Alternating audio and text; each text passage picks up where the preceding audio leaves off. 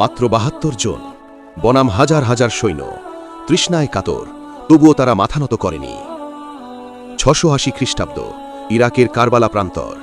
রসুল সাল্লাল্লাহু আলাইহি ওয়াসাল্লামের প্রিয় নাতি হুসাইন ইবনে আলী রাদিয়াল্লাহু আনহু, তিনি অন্যায়ের কাছে মাথা নত করতে অস্বীকার করলেন, সত্য ও ন্যায়ের পক্ষে দাঁড়ালেন। শত্রুরা তাকে ঘিরে ফেলল, প্রায় ৩০,০০০ সৈন্য আর মাত্র ৭২ জন সত্যের পথে সাহসী মানুষ। ৬ই মহররম থেকে তাদের জন্য ফোরাত নদীর পানি বন্ধ করে দেওয়া হল। শিশুরা তৃষ্ণায় কাঁদছিল। ১০ই মহররম, আশুরার দিন, এক এক করে শহীদ হতে থাকেন তার সাথীরা।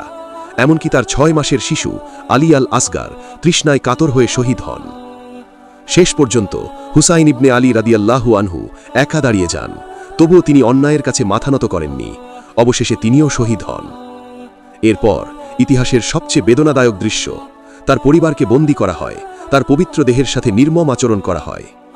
কারবালা আমাদের শেখায়, সত্যের জন্য ত্যাগই প্রকৃত বিজয়, অন্যায়ের সামনে মাথা নত না করাই প্রকৃত সাহস। এই ঘটনা কি আপনার হৃদয় ছুঁয়ে গেছে?